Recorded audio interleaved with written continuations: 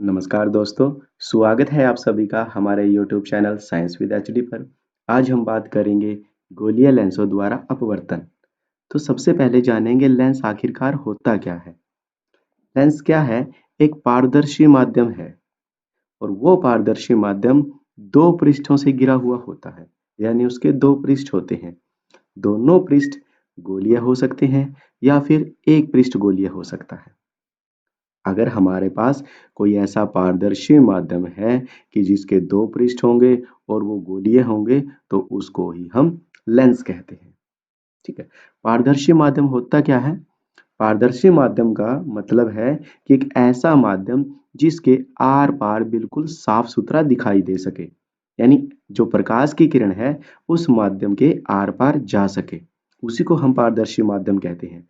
तो यहाँ पे ये जो चित्र है ये एक लेंस का चित्र है, क्योंकि इसके देखिए एक ये गोलीय पृष्ठ होगा इस तरफ, एक ये गोलीय पृष्ठ होगा और बीच के अंदर एक पारदर्शी माध्यम है। लेंस दो प्रकार के होते हैं, उत्तल लेंस, अवतल लेंस। हमने दर्पण के बारे में बात की थी। दर्पण भी दो प्रकार के हैं, उत्तल दर्पण और अवतल दर्पण। दोनों के जो कार्य है, संरचना है, बिल्कुल अलग अलग है। इनमें कोई भी समानता नहीं है, सिर्फ नाम एक समान है इनके। जैसे जो दर्पण था, दर्पण भी उत्तल दर्पण, अवतल दर्पण है, लेकिन उन दर्पण के अंदर सिर्फ गोलीय पृष्ठ एक था, नंबर एक। और दूसरी असमानता क्या है? उनके अंदर पारदर्शी माध्यम बिल्कुल भी नहीं है। लेकिन जो लेंस है इनमें गोलीय पृष्ठ दो है, पारदर्शी माध्यम है। तो सबसे पहले बात करेंगे हम उत्तल लेंस के बारे में। ये जो चित्र है ये उत्तल लेंस का ही है। इस चित्र में हमें बिल्कुल साफ दिखाई दे रहा है कि ये किनारों से पतला है और बीच में से मोटा है। फर्स्ट पॉइंट याद रखना कि जो उत्तल लेंस होता है किनारों से पतला होता है, बीच में से मोटा होता है। साथ में ये जो प्रकाश की किरणें हैं ये मुख्य अक्ष है, इसके समांतर जब इस लेंस पे पड़ेंगी और इस लेंस से गुजरेंगी तो वो एक बिंदु पर जाके मिलती हैं। जब ये एक बिंदु पे मिलती हैं इसी को हम कहते हैं कि ये प्रकाश की किरणें अपसरित हुई हैं, यानी ये एक ही बिंदु पर इनको फोकसित कर देता है, अपसरित कर देता है, केंद्रित कर देता है। तो इसलिए उत्तल लेंस को अभिसारी लेंस भी कहते हैं, क्योंकि ये प्रकाश की किरणों को अभिसरित करता है। तो दो पॉइंट याद रखना, एक तो जो उत्तल लेंस है किनारों से पतला होगा, बीच में से मोटा होगा। दूसरा ये प्रकाश की किरणों को अभिसरित करता है, इसलिए इसको अभिसारी लेंस कहते हैं। बात करते हैं अब अवतल लेंस की। अवतल लेंस इस उत्तल लेंस के बिल्कुल विपरीत है। पहला कि देखिए ये किनारों से तो मोटा होता है और बीच में से पतला होता है। दूसरा पॉइंट क्या है कि प्रकाश की किरणें जब इसमें से गुजरती हैं, गुजरने के बाद ये उन किरणों को फैला देता है। जैसी प्रकाश की किरण आई इस तरफ डाइवर्ट कर दी, मोड़ दी, यानी प्रकाश की किरणों को अपसरित कर देता है, फैला देता है। इसलिए अवतल लेंस को अपसारी लेंस कहते हैं। उत्तल लेंस क्या हुआ? अभिसारी लेंस। अवतल लेंस क्या हुआ? अपसारी लेंस। तो दोनों का नाम अच्छे से याद रखना, एक नंबर का क्वेश्चन अक्सर पूछा जाता है। अब हमारे पास कुछ छोटे छोटे पॉइंट्स एंड टर्म्स हैं, हम उनको समझेंगे क्या होता है। सबसे पहला है प्रकाशीय केंद्र। चाहे उत्तल लेंस हो चाहे अवतल लेंस हो, इनके बीच में केंद्रक होता है, मध्य बिंदु, उसको प्रकाशीय केंद्र कहते हैं और इसको ओ से निरूपित करते हैं। ठीक है। नेक्स्ट है वक्रता केंद्र। केंद्र आएगा केंद्र। तो जैसे दर्पण में वक्रता केंद्र है, ठीक वैसे ही लेंस के अंदर भी वक्रता केंद्र है। फर्क क्या है? दर्पण के अंदर एक गोलीय पृष्ठ था, इसलिए वो एक गोले का भाग है और उस गोले का सिर्फ एक ही केंद्र है, यानी एक वक्रता केंद्र होता है दर्पण के अंदर। अगर हम बात करें लेंस की, लेंस के अंदर दो गोलीय पृष्ठ हैं, एक ये हो गया, एक ये हो गया। अगर हम उत्तल और अवतल लेंस की बात करें तो जब दो गोलीय पृष्ठ बनेंगे यानी दो गोला के भाग होंगे ये, और जब दो गोले बनेंगे इसका मतलब उनके जो केंद्र होंगे वो भी दो होंगे। इसलिए लेंस के अंदर जो वक्रता केंद्र है वो दो होते हैं, एक को C1 कहते हैं, दूसरे वाले को C2। सेंटर ऑफ कर्वेचर, इसलिए सी से निरूपित करते हैं। नेक्स्ट है हमारा मुख्य अक्ष। अब जो वक्रता केंद्र है हमारा, यहाँ पे वक्रता केंद्र है और प्रकाशीय केंद्र है। एक काल्पनिक रेखा जब इन बिंदु को मिला देती है तो उस रेखा को मुख्य अक्ष कहते हैं। छोटे छोटे पॉइंट्स हैं, परिभाषा तो मुश्किल से पूछते हैं, लेकिन इनके बारे में हमें पता जरूर हो कि होते क्या है ये, ताकि आगे के टॉपिक अच्छे से समझ में आ सके। आगे चलते हैं। क्या होता है उत्तल लेंस का मुख्य फोकस? अभी हमने बात की थी कि जो उत्तल लेंस है उसको अभिसारी लेंस कहते हैं, क्योंकि वो प्रकाश की किरणों को एक बिंदु पर मिला देता है, अभिसरित कर देता है। तो जिस बिंदु पर अभिसरित करता है वो बिंदु मुख्य अक्ष के ऊपर होता है और उसी बिंदु को उत्तल लेंस का मुख्य फोकस कहते हैं। आसान सी परिभाषा क्या लिखोगे कि मुख्य अक्ष के ऊपर एक ऐसा बिंदु है जिसके ऊपर प्रकाश की किरणें अपवर्तन के बाद आकर मिलती हैं, वो बिंदु उत्तल लेंस का मुख्य फोकस कहलाता है। अब बात करते हैं अवतल लेंस के मुख्य फोकस की। अवतल लेंस क्या करता है? ये तो प्रकाश की किरणों को फैला देता है। तो जैसे ये प्रकाश की किरण आई, लेंस से गुजरने के बाद ये इस दिशा में इसको फैला देता है। ऐसे ही अगर प्रकाश की किरण नीचे से आएगी तो ये इस दिशा में इसको फैला देता है।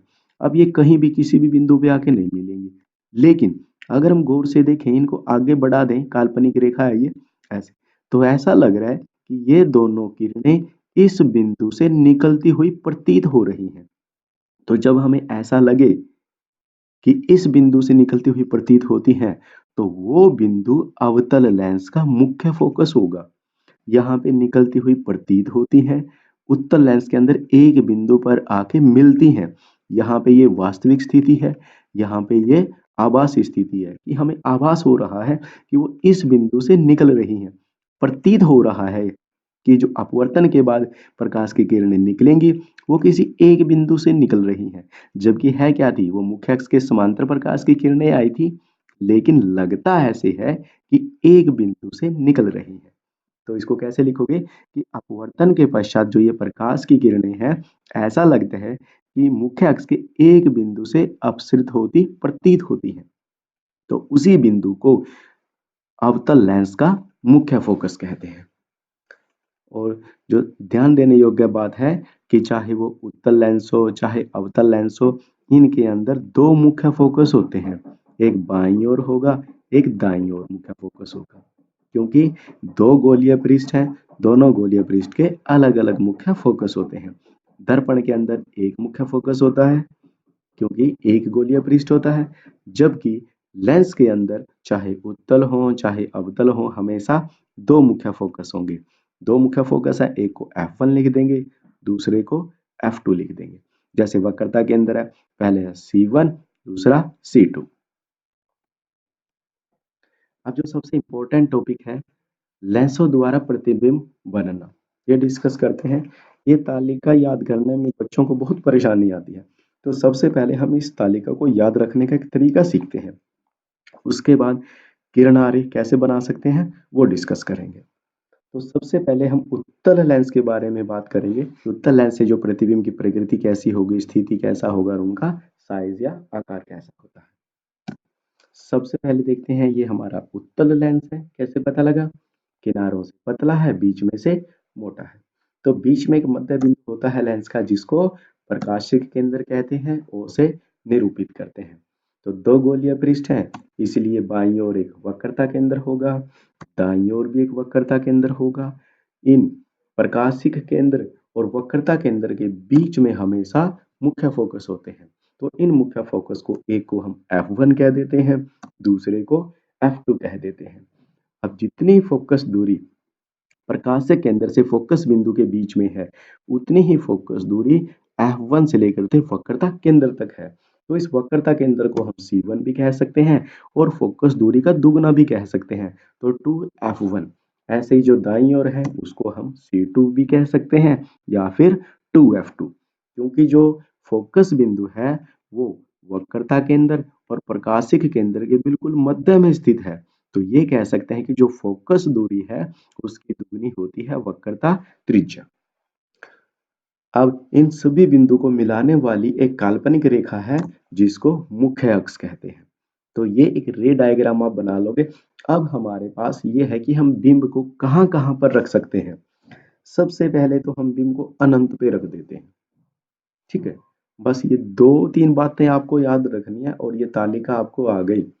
पहली बात, सबसे पहली स्थिति हमें ये लेंगे कि जो हमारा बिंब है अनंत पे है और जो हमारा प्रतिबिंब बनेगा F2 पे बनेगा, फोकस पे बनेगा, बिल्कुल छोटा बनेगा। ये मैंने थोड़ा सा नीचे दिखा दिया था ताकि आपको पता लगे कि ये प्रतिबिंब है और उल्टा है। तो ये जो हमारा ये लेंस है, ये इसके बाईं ओर है, ये इसके दाईं ओर है। बाईं ओर का मतलब है जिस ओर हमने बिंब रखा है। तो जब भी हम अनंत पे बिंब रखते हैं, जो प्रतिबिंब बनता है वो बिंब से दूसरी ओर बनता है। जब भी दूसरी ओर प्रतिबिंब बनेगा तो उनको हम वास्तविक प्रकृति के बिंब प्रतिबिंब कहते हैं कि वास्तविक प्रकृति होगी। और जब भी वास्तविक प्रकृति होती है प्रतिबिंब की, वो हमेशा उल्टे होते हैं, यानी उल्टा प्रतिबिंब बनेगा और बिल्कुल छोटा बनेगा। ये एक पॉइंट आप लोगों ने याद रखना है। बिंब को हम अनंत पे रखेंगे, प्रतिबिंब लेंस के दूसरी ओर बनेगा और वास्तविक बनेगा, उल्टा बनेगा, बिल्कुल छोटा बनेगा और मुख्य फोकस के ऊपर ही बनेगा। बस। अब हम क्या करते हैं, बिंब को लेंस की तरफ करते हैं।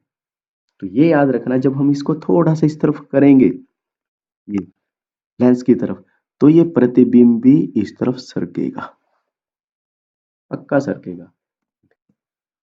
बिंब को हम आगे सरका देते हैं, यानी 2F1 से परे, C1 से परे कह सकते हो, 2F1 से परे। तो बिंब हमने थोड़ा सा लेंस की तरफ सरका दिया, तो प्रतिबिंब अब F2 और 2F2 के बीच में कहीं पे भी बन सकता है। अब उसका आकार बढ़ता जाएगा। ये याद रखना कि अगर हम बिंब को किसी पॉइंट के ऊपर रखते हैं, ठीक है, तो वो भी किसी पॉइंट पे बनेगा। अगर हम कहीं पे बीच में रखते हैं तो प्रतिबिंब भी बीच पे बनेगा, अनंत को छोड़ के। अनंत पे जब रखेंगे तो वो F2 के ऊपर बनेगा। बाकी सारे अगर पॉइंट पे है तो पॉइंट पे ही बनेंगे, जो जो हम मेन बिंदु लेते हैं। देखिए, अब हम क्या करते हैं, इस बिंब को थोड़ा आगे सरका देते हैं, C1 पे ले आते हैं। तो देखो, जो हमारा प्रतिबिंब है वो भी आगे सरकेगा। देखो, C1 पे ले आए, अब जो प्रतिबिंब बनेगा उसका आकार भी बड़ा होगा और आगे सरक गया। अब यहाँ पे ध्यान देना है कि जो उत्तल लेंस है, अगर C1 के ऊपर हम बिंब रखते हैं तो C2 के ऊपर प्रतिबिंब बनता है और बिंब के आकार का ही प्रतिबिंब बनता है। क्योंकि F2 पे बिल्कुल छोटा बना, F2 और 2F2 के बीच में थोड़ा सा साइज उसका बड़ा हो गया, तो धीरे धीरे साइज बढ़ता जाएगा। जब F2 पे प्रतिबिंब बनेगा, बिल्कुल बिंब के आकार का बनेगा। बिल्कुल, अगर आप लोग ये बात समझ गए तो अब बस इसमें कुछ बचा ही नहीं है। आप बिंब को आगे सरकाते जाओ, प्रतिबिंब और आगे सरकता जाएगा। जैसे मैंने अब ये बिंब कहाँ ले लिया, C1 और F1 के बीच में ले लिया। C1 और F1 के बीच में रखते हैं तो प्रतिबिंब कहाँ बनना चाहिए, तो F2 पे बन चुका है, अब यानी वो परे बनेगा, बन गया। और बिंब से बड़ा बनेगा, विवर्धित होगा, बड़ा साइज का बन जाएगा। अब हमारे पास चॉइस क्या बची, हम F1 पे ले आते हैं बिंब को, तो प्रतिबिंब अब अनंत पे बनेगा। हो गया ना उल्टा। सबसे पहले हमने बिंब अनंत पे लिया था तो प्रतिबिंब मुख्य फोकस पे बना था। अब हम बिंब को मुख्य फोकस पे रख रहे हैं तो प्रतिबिंब कहाँ बन रहा है, अनंत पे। क्लियर। तो अगर एक सिस्टमैटिक ढंग से इस तालिका को याद करोगे, देखोगे कि क्या हो रहा है। बिल्कुल ईजी है ये। मेरे ख्याल से अब आपको ये बिल्कुल आसान लग गई होगी। अब लास्ट स्थिति बची हमारे पास, अगर हम बिंब को F1 और प्रकाशिक केंद्र के बीच में रखते हैं, तो रख देते हैं, तो अब कहाँ बनेगा, बस ये याद रखना है अब आप लोगों ने। ये बनेगा बिंब की ओर, जिस ओर हमने बिंब रखा है उसी ओर बनेगा। अब इसका भी कारण है, जब हम किरण आरेख बनाएंगे तब पता लगेगा कि ये बना क्यों है। बस ये लास्ट वाला आप लोगों ने अलग से याद रखना है। और जब भी बिंब की ओर प्रतिबिंब बनता है, आभास ही बनता है। और जब भी प्रतिबिंब की प्रकृति आभासी होगी, वो कैसा बनेगा? सीधा बनेगा। बाकी सारे वास्तविक और उल्टे हैं, लेकिन जब फोकस बिंदु और प्रकाशिक केंद्र में के बीच में हम बिंब रखते हैं तो हमेशा सीधा प्रतिबिंब प्राप्त होगा। अब हम इसका किरण आरेख जान लेते हैं। तालिका हमें याद हो चुकी है। अब किरण आरेख कैसे बनाएंगे, क्योंकि क्वेश्चन जो पेपर में आएगा वो किरण आरेख के साथ ही पूछते हैं। तो किरण आरेख खींचने से पहले हमें 3 स्टेप्स के बारे में पता हो, यानी 3 रूल अगर हम जानते हैं तो उत्तल लेंस से बिंब से प्रतिबिंब हम बिल्कुल आसान तरीके से बना पाएंगे। तो पहला जो स्टेप है, पहला जो रूल है, याद रखना कि मुख्य अक्ष के समांतर अगर कोई प्रकाश की किरण आती है तो अपवर्तन के पश्चात वो मुख्य फोकस से गुजरेगी। पहला पॉइंट याद हो गया? हो गया? क्या था? हाँ, कि अगर मुख्य अक्ष के समांतर कोई किरण आती है तो अपवर्तन के पश्चात मुख्य फोकस से गुजरेगी। ठीक, फर्स्ट पॉइंट। अब बात करते हैं सेकंड पॉइंट की। अगर कोई ऐसी किरण आती है जो मुख्य फोकस से गुजरती है और फिर अपवर्तन के पश्चात वो मुख्य अक्ष के समांतर हो जाती है ना? क्या बोला? कि अगर प्रकाश की किरण मुख्य फोकस से गुजरेगी तो अपवर्तन के बाद अक्ष के समांतर हो जाएगी। तो दोनों बातें जो 2 स्टेप की हैं एक दूसरे के साथ रिजेम्बल तो करती हैं, समानता सी तो है। क्या समानता है? कि पहली पॉइंट हमने किया है कि अगर वो समांतर आई फोकस से गुजरेगी अपवर्तन के बाद, लेकिन अगर वो पहले मुख्य फोकस से गुजरे फिर वो अक्ष के समांतर हो जाएगी, है ना? हाँ। अब बात है तीसरे पॉइंट की। तीसरा बिल्कुल आसान है। प्रकाश की किरण प्रकाश के अंदर से गुजरेगी तो उसका कोई भी किसी भी प्रकार से अपवर्तन नहीं होगा, वो ऐसे ही सीधी निकल जाएगी। ठीक है? क्या है तीसरा पॉइंट? प्रकाशिक केंद्र से गुजरेगी, बिना अपवर्तन के सीधी निकल जाएगी। अब हम किरण आरेख बनाते हैं कि जो हमारे पास बिंब रखा है वो अनंत पे रखा है, यानी अनंत से कोई प्रकाश की किरण उस बिंब से टकरा के आ रही है और मुख्य अक्ष के समांतर है। जब समांतर आ रही है तो कहाँ से निकलेगी? मुख्य फोकस से। हमने गुजार दी। हम एक किरण और लेते हैं कि नीचे से भी कोई किरण आ रही है, वो भी सेम ऐसी है, अनंत पे रखे बिंब से टकरा के मुख्य अक्ष के समांतर आई है तो मुख्य फोकस से गुजरेगी। अब जहां पे ये प्रकाश की किरणें मिलती हैं, कहाँ मिलती हैं? फोकस बिंदु पे। तो उस फोकस बिंदु के ऊपर ही प्रतिबिंब बनेगा, बिल्कुल छोटा बनेगा, समान साइज का बनेगा, बिंदु के आकार का बनेगा, वास्तविक बनेगा, उल्टा बनेगा। क्यों? लेंस के दाईं ओर है, यानी जिस ओर बिंब रखा है उसके विपरीत दिशा में अगर प्रतिबिंब बनता है, वास्तविक बनता है, उल्टा बनता है। अब अनंत पे तो बिंब दिख ही नहीं रहा हमें। अब हम ऐसा करते हैं, उस बिंब को थोड़ा सा आगे सरका लेते हैं, फिर उसका किरण आरेख बनाते हैं। बस ये देख लेना, उसके बाद आपको सारे आ जाएंगे। हमने बिंब थोड़ा सा आगे रख लिया, ठीक है, 2F1 से परे या C1 से परे रख लिया। तो जब बिंब यहाँ पे रखा है तो वो रूल याद कीजिए। पहला रूल क्या था? कि मुख्य अक्ष के समांतर आएगी, फोकस से गुजरेगी, तो पहली लाइन आप ऐसे खींच दीजिए। उत्तल लेंस से जब भी प्रतिबिंब बनाओगे तो पहली लाइन आपकी ये हो कि बिंब के बिल्कुल शीर्ष से अक्ष के समांतर रेखा खींचोगे और फिर उसको मुख्य फोकस से गुजार दोगे, पहली किरण। दूसरी जो हमने क्या की थी, प्रकाशिक केंद्र से गुजरेगी, वो बिंब के शीर्ष से ही प्रकाशिक केंद्र से गुजार दो। और ये दो किरणें जहां पे एक दूसरे को काटती हैं वहां पर प्रतिबिंब बना दीजिए, तो ये प्रतिबिंब बनेगा, उल्टा बनेगा। ठीक है? बस ये दो बातें याद रखनी है। आप 2F1 पे इसी को रख दो, ठीक है, और F1 2F के बीच में रख दो, कहीं पे भी रख दो, तरीका यही रहेगा। जो पहली किरण होगी मुख्य अक्ष के समांतर करके F1 से गुजार दो, दूसरा बिंब के शीर्ष से प्रकाशिक केंद्र से गुजार दो, जहां पर ये दोनों किरणें मिलेंगी वहां पर प्रतिबिंब बना दो। और जब भी बिंब के दूसरी ओर प्रतिबिंब बनते हैं हमेशा वास्तविक बनेगा, उल्टा बनेगा। ठीक है? अब जो सबसे लास्ट में हमने ये किया था कि इस ओर बिंब रखा था, इसी ओर प्रतिबिंब बना था, वो देख लेते हैं। बाकी जो ये आप बिल्कुल ऐसे ही हैं, इनको प्रैक्टिस कर लेना। अब हम क्या करते हैं, बिंब को प्रकाशिक केंद्र और फोकस के बीच में रखते हैं। ये रख दिया, तो हमने बिंब यहाँ रख दिया। तो एक किरण तो प्रकाशीय केंद्र से जाएगी और दूसरी मुख्य अक्ष के समांतर होने के बाद फोकस से गुजरेगी।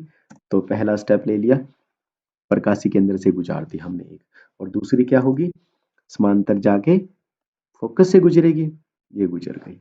अब देखिए इन दोनों जो ये दो किरणें हैं, इनके बीच की दूरी लगातार बढ़ रही है, तो आगे जाके मिलना असंभव लग रहा है। अगर ये आगे जाके मिलेंगी तो ही हम प्रतिबिंब बनाएंगे कहीं ना कहीं। अब जब ऐसा लग ही नहीं रहा कि आगे जाके कहीं पे मिलेंगी, क्या हमारा इस ओर प्रतिबिंब बन सकता है? कदापि नहीं, इम्पॉसिबल है। लेकिन अगर हम ऐसा सोचें कि हो सकता है कि इस ओर बढ़ाने से आगे मिल जाए, तो बढ़ा के देख लेते हैं। वेरी गुड, ये यहाँ पे बढ़ाने से मिल गया, इसका मतलब हम यहाँ पे प्रतिबिंब बना सकते हैं और यहीं पे इसका प्रतिबिंब बनेगा। ठीक है, अब जब इस ओर प्रतिबिंब बनेगा, सीधा बनेगा, आभासी बनेगा। प्रकृति आभासी है तो प्रतिबिंब सीधा बनेगा। जिस ओर बिंब रखेंगे उसी ओर प्रतिबिंब बनता है, तो प्रकृति उस प्रतिबिंब की हमेशा आभासी होगी और वो सीधा होगा।